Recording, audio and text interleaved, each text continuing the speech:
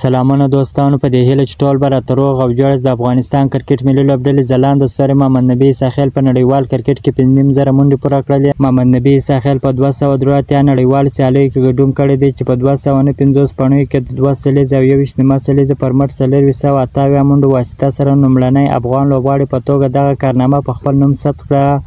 نوموړي همدغه راز په نړیوال سیالیو کې 209 شپږیزې هم وهلې دي چې په افغان لوبډلې ترمنځ تر ټولو زیاتې منډې دي. ټاکل شوی دی چې په 3 نړیوال شلاوريزې سیالۍ کې افغانستان له انګلند سره 3 نړیوال شلاوريزې لوبې هم ترسره کوي. افغان لوبډله په تېره لوبه کې اجاز احمدزی ننګیالي خروټي لومړنۍ شلاوريزه لوبه ترسره کړې چې ننګیالي خروټي بیا هم ډېره زبردسته په زړه پورې توپ اچونه وکړه چې په لومړۍ شلاوريزه لوبه کې 2 لوبغاړي وسوځول او داسې اجاز احمدزی هم ډېره زبردسته توپونه وکړه چې 14 منډې جوړې کړلې. د دې ترڅنګ ځینو نورو ځوانانو ته هم په لوبډله کې چانس ورکول شوی و چې په دې وروستیو کې د کرکټ شنونکو او مینوالو غوښتله چې افغان کرکټ بورډ ځوانانو ته چانس نه ورکوي، خو تېره ورځ د آیرلینډ په وړاندې په لومړۍ شلاوريزه کې چانس ورکړ. ځینې ځوانان وځلیدل خو ځینې ځوانانو بیا ښه لوبه ونه کړله. د یادونې وړ چې د افغانستان کرکټ ملي لوبډلې د آیرلینډ سره 3 نړیوالې ورځنۍ سیالۍ هم درلودلې چې افغان لوبډلې 2-0 سره آیرلینډ لوبډلې ته ماته ورکړه. یوه لوبه د باران له کبله لغوه شوله او نورې 2 لوبې افغانستان لوبډلې وګټلې. او بل د افغانستان کرکټ ملي لوبډلې ځلانده ستوری راشد خان هم په نړیوال کرکټ کې 3.5 وکټې پوره کړلې. لومړنی افغان لوبغاړی شو چې دغه کارنامه په خپل نوم ثبت کړه.